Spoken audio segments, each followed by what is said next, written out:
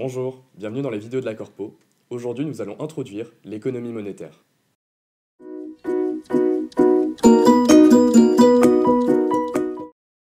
La théorie monétaire a pour objet de mettre en évidence les relations qui existent entre la monnaie et les variables réelles de l'économie, comme la production nationale, l'investissement national, les dépenses publiques, l'épargne, le niveau des taxes, les importations et les exportations. On appelle théorie monétaire toute théorie qui considère que la monnaie comme l'essentiel pour comprendre et expliquer la détermination d'équilibre des variables réelles. Ces théories ont un sens pratique car elles permettent de prévoir les effets de politique monétaire. Nous étudierons la théorie monétaire à travers 4 points. La monnaie dans l'économie monétaire, les fondements de cette théorie, la monnaie à travers la loi des débouchés, et enfin, nous introduirons la théorie quantitative de la monnaie.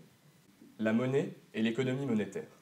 La monnaie apparaît au moment où la diversification de la production, le développement des échanges, la division du travail rendent de plus en plus nombreux les échanges entre agents économiques.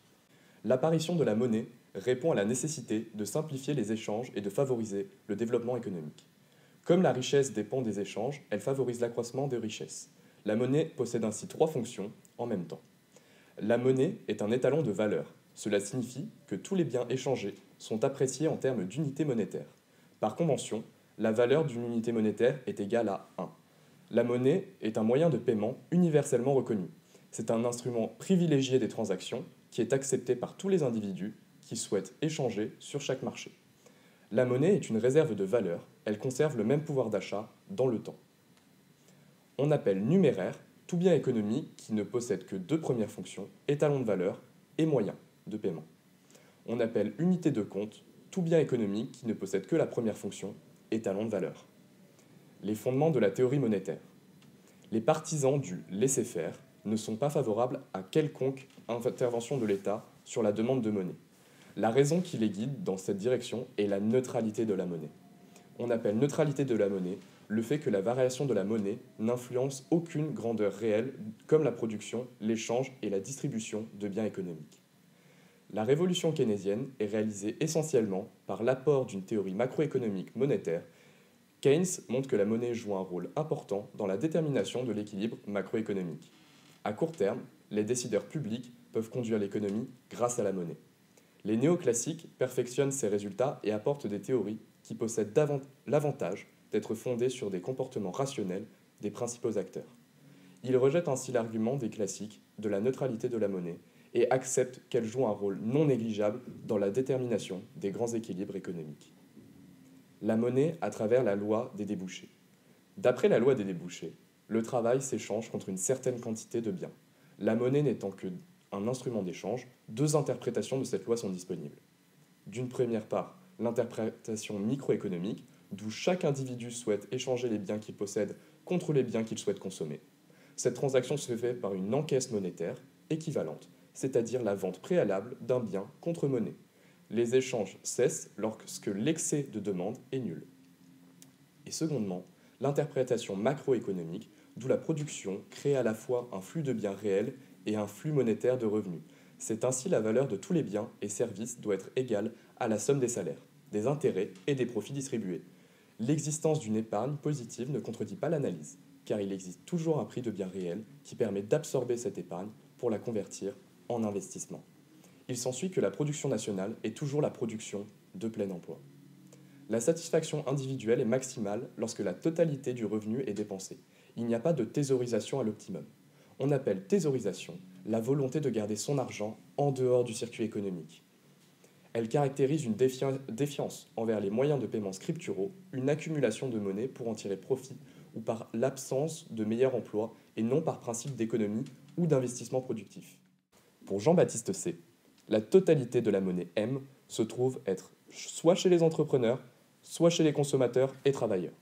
La monnaie est ainsi perçue par les entreprises à chaque période suite à la vente de leur production sur les marchés de monnaie. La théorie quantitative de la monnaie met en relation la quantité de monnaie M en circulation avec le niveau général des prix P dans une économie. La valeur de la monnaie dépend de sa rareté. Cette valeur dépend du volume des transactions effectuées, noté grand T, ainsi que de la vitesse de circulation de la monnaie, notée petit v, de sorte qu'il est possible d'établir la relation suivante.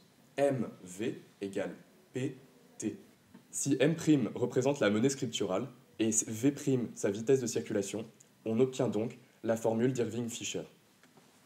Nous avons grand M petit v plus grand M' petit v' égale petit p grand T, où grand M représente la totalité de la monnaie, c'est la masse monétaire. M' représente la monnaie scripturale et V' représente la vitesse de circulation. Cette relation est égale au volume des transactions effectuées fois le niveau général des prix. Ainsi, la valeur totale de la monnaie autorise l'achat des biens.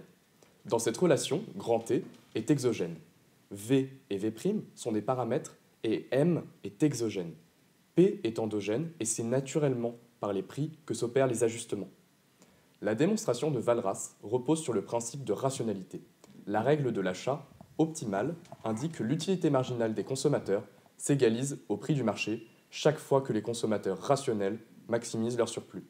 L'optimisation du profit des entreprises indique que le prix est égal au coût marginal. Walras démontre qu'il existe un vecteur de prix qui rend compatible à la fois les quantités demandées et les quantités offertes. La loi de Walras démontre que si deux marchés sont à l'équilibre, le troisième et dernier l'est nécessairement aussi. Conclusion. Avant de terminer, il est nécessaire de préciser que l'économie monétaire est un sujet central dans l'économie actuelle, et que cette introduction ne constitue qu'une infime partie du sujet. Ainsi, il reste à développer certains effets, comme l'effet d'encaisse réelle Pigou, ainsi que certains modèles et critiques de la théorie monétaire. La vidéo est terminée, merci de l'avoir regardée. N'oubliez pas de vous abonner à la chaîne YouTube de la Corpo, de liker la vidéo et de la partager.